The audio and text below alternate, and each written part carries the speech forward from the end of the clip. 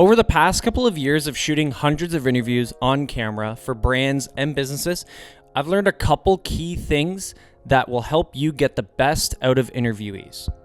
Even some things for people that aren't great on camera or they just get nervous. So today I'm going to talk about how to shoot better interviews for corporate videos, documentaries, brand work, and so on.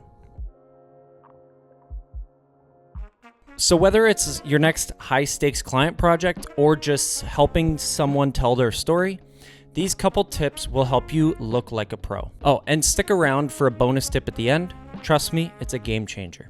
All right, so let's talk about teleprompters like I'm using right now. When you're using one, or even if the subject is looking straight down the barrel of the lens like I am right now, here's a golden rule.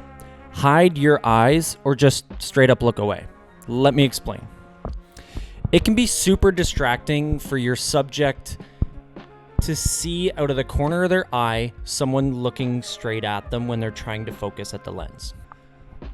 See, this is what I mean. Imagine you are the person on camera and this is camera recording. Could you imagine trying to focus right here when I'm sitting like this watching? Or even if I flip the screen backwards and just sit like this and you see this is better. This is less tempting to look at me. But could you imagine 3 people sitting on this side of the camera all just watching you do this? Brutal, right? How, you're going to have a teleprompter here going, or without the teleprompter, just a lens, and just try to focus on that. It's brutal. So what I always do is I end up turning the camera like the screen like this and watch like this. Just watch their eyes, and that's a good way to just make sure everything is working well. I think it looks good, and it's not as distracting, like eyes sitting there looking at you like this. Also, another tip as well, you can also put your face on this screen here, or if you're gonna look at them, or if you want them to look at the camera, you don't want it to. Don't do this because when they look at you, their eyes are gonna be off like this. Honestly, you can try and go just above, and then they can look at you, or just below like that. Something so they can see eyes will help them feel more comfortable, as well as keeping it point form. It's a bonus tip there. So it's also a good one. It also just feels like a lot more pressure. You know, when you're trying something like a task and it feels awkward when someone is looking over your shoulder at your work, it's essentially the same thing. It feels weird and can make someone look at you instead of the teleprompter.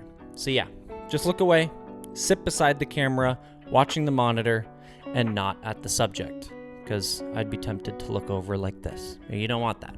Next step, the script.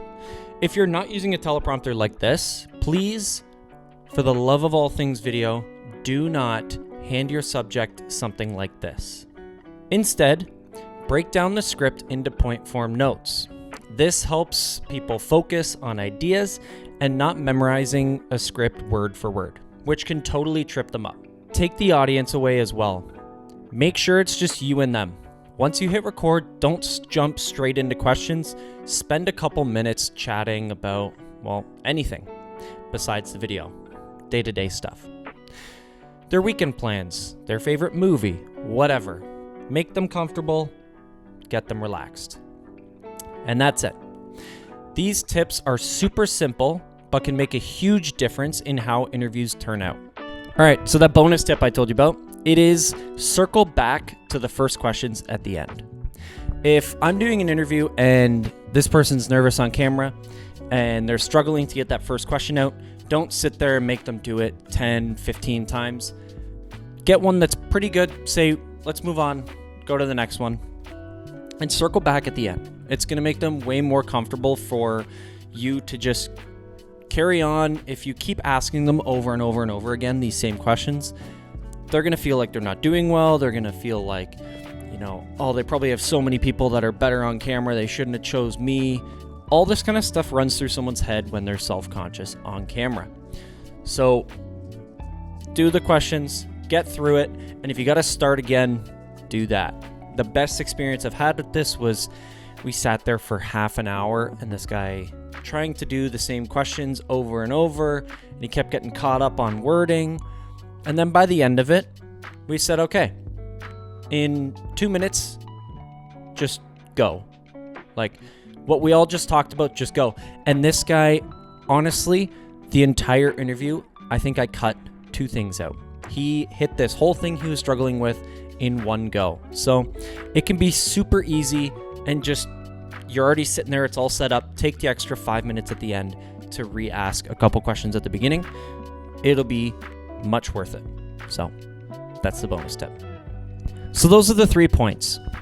Don't be right behind the camera or staring at the person. You're going to be tempted to make them look over at you for approval, or just people just want to look at people's eyes and it distracts them.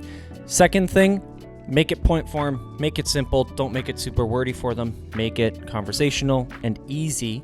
And the third thing is clear the room, make it comfortable, chat with them before. That's the best thing to do. Now, if you like this video, please like and subscribe. If you like the content like this, check out some of my other videos, trying some different things out here, whether it's gear or education stuff, sharing my experiences. So let me know what you like, how you stumbled upon this video, and what you think should be different. I probably won't listen to it, but maybe. But yeah, cheers. Thanks.